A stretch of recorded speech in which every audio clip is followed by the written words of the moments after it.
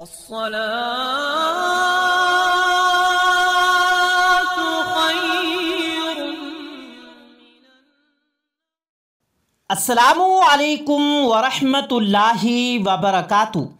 प्यारे भाइयों और बहनों, हज़रत ईसा अलैहिस्सलातु वस्सलाम के हवाले से एक ऐसा मौजिज़ा लेकर हाजिर हुआ हूँ कि जिसे सुनकर आपके होश उड़ जाएंगे। अल्लाह ने अपने नबियों को मौजिज़ात से नवाजा और हर नबी के पास कोई ना कोई मौजिज़ा ज़रूर हुआ करता था, लेकिन हमारे प्यारे आका की क्या शान है, यानी अल्लाह ने प्यारे नबी सल्लल्लाहु अलैहि वसल्लम को सरापाए मौजिज़ा बनाकर भेजा। आपकी हर हर अदा यकीनन एक मौजिज़ा है, यानी अल्लाह ने आपको ऐसा बनाया कि सारी कायनात में आप जैसा किसी को नहीं बनाया। अल्लाह ने कायनात में अगर कोई भी चीज़ बनाई है तो वो यकीनन आपके सदक़े में बनाई है। अगर आप भी इस बात को मानते हैं तो इस वीडियो को लाइक करें और कमेंट बॉक्स में या रसूल अल्लाह ज़रूर लिखिए।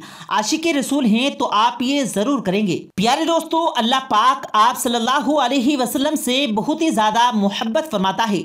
आप अल्लाह के महबूब हैं कि जिसकी कोई मिसाल नहीं दी जा सकती।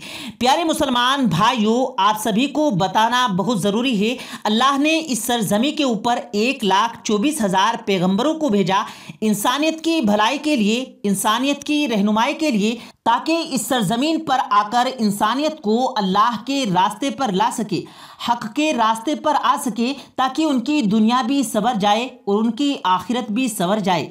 प्यारे मुसलमान भाइयों, जब अल्लाह के नबी ने इस सरजमी पर आकर इंसानियत को अल्लाह का रास्ता बताया, हक का रास्ता बताया, तो बहुत से ऐसे लोग थे जो हक के रास्ते पर आ गए और ये यकीनन उन्होंने अपनी आखिरत को संवार लिया।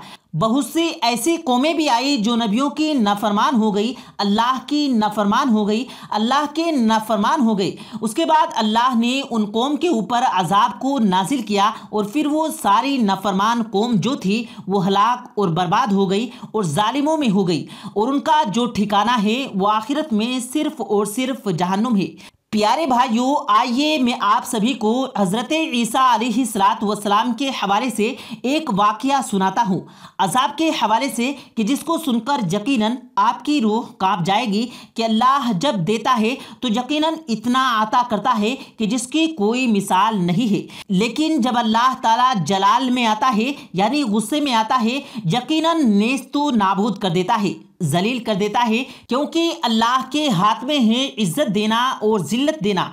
प्यारे दोस्तों, आप सभी को बता दूं, एक मर्तबा हज़रत ईसा अलैहिस्सलातु वस्सलाम अपने साथियों के साथ रास्ते में बनी इसराइल कौम के जो लोग थे वो आए, आकर बात करने लगे। अल्लाह के नबी, हमारा एक सवाल है, अल्लाह आसमान से खाना उतार सकता है? इस बात को सुनने के बाद हज़रत ईसा अलैहिस्सलातु वस्सलाम ने फरमाया कि अगर तुम मोमिन हो तो अल्लाह से डरो।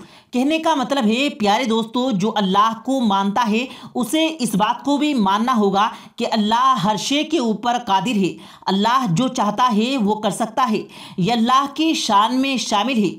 प्यारे दोस्तों, आपको ये भी बताते चले, जब हज़रत ईसा अलैहिस्सलातु वस्सलाम की बात बनी इसराइल की कौम ने सुनी तो बनी इसराइल की कौम के जो लोग थे वो बात कहने लगे, दरअसल हम इस बात के ऊपर शक नहीं कर रहे, लेकिन अगर आप आसमान से खाना उतर जाता है, हमारा यकीन जो था वो ज़्यादा बढ़ जाता है, हमारे दिलों को करार आ जाता है, हमारे दिलों को सुकून मिल जाएगा, और फिर हम जाकर लोगों को ये बताने की कोशिश करेंगे कि अल्लाह ने आसमान से खाना उतारा है, और हम ये बात भी बताते हैं कि अल्लाह हर शे के ऊपर कादिर है, जो चाहता है वो कर सकता है। और हमारी इन बातों को सुनकर, हमारी इन बातों पे यकीन करके बनी इसराइल की जो कौम है वो भी हक के रास्ते पर आएगी।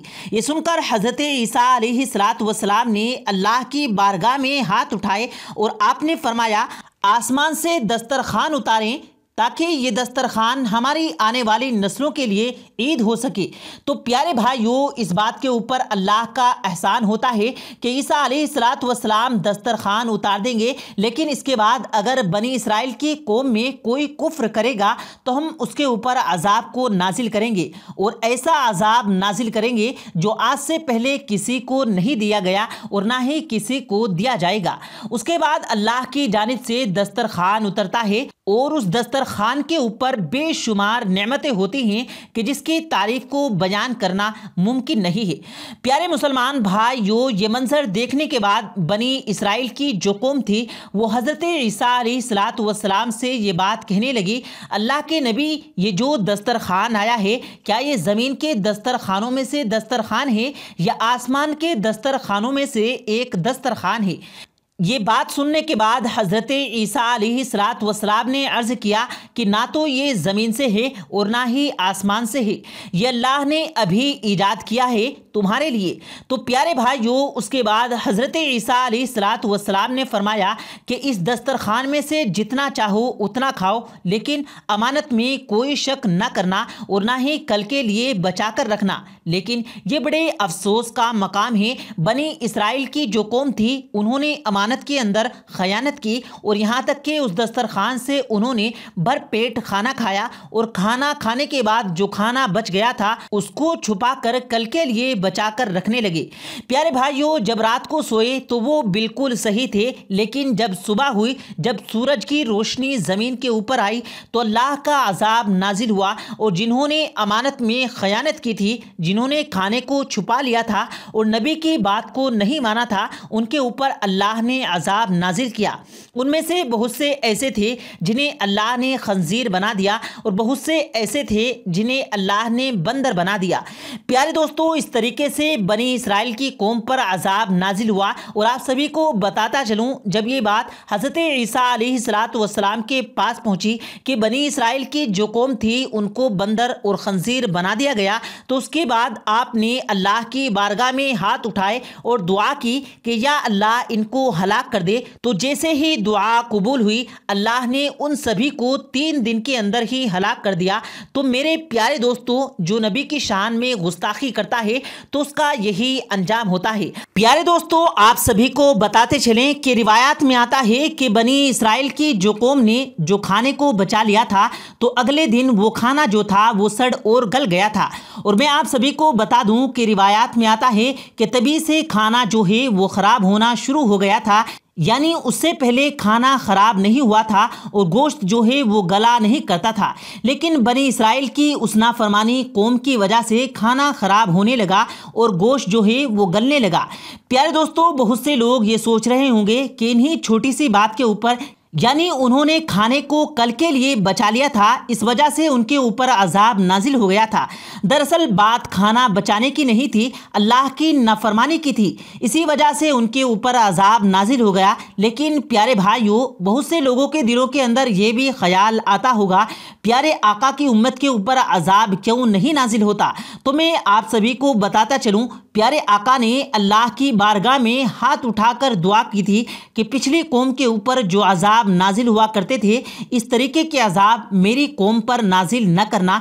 और यही एक बहुत बड़ी वजह है जिसकी वजह से हम इतने गुनाहगार हैं, बावजूद इसके हमारे ऊपर अजाब नहीं हो रहा है।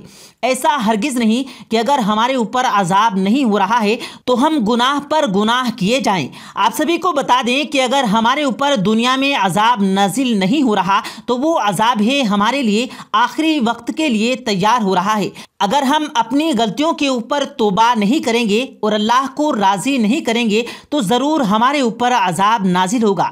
लेकिन अगर हमने तौबा कर ली, अल्लाह को राज़ी कर लिया और उसके महबूब को राज़ी कर लिया तो यकीनन हम उस अजाब से बच सकते हैं।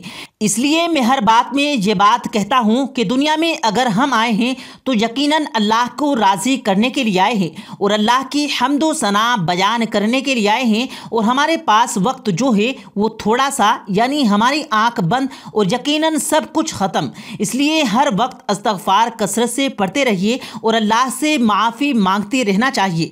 क्या पता कब हमारी जान हमारे जिस्म से निकल जाए और फिर हमारे पास अफसोस के अलावा कुछ न रहे। तो प्यारे दोस्तों, मुझे उम्मीद है आपको आज की हमारी ये वीडियो, ये वाक़या ज़रूर पसंद आया होगा। अगर आपको ये वाक़या पसंद आया हो तो आप इस वीडियो को दिल से लाइक करके अपने दोस्तों में ज़्यादा से ज़्यादा शेयर करें। और इस वीडियो के बारे में आपकी क्या राय है, कमेंट बॉक्स में अपनी राय का इजहार ज़रूर दें। और मज़ीद इसी तरह की रोज़ की वीडियो पाने के लिए हमारे चैनल को ज़रूर सब्सक्राइब करें। मिलते हैं फिर एक नई वीडियो के साथ, तब तक के लिए अल्लाह हाफिज़।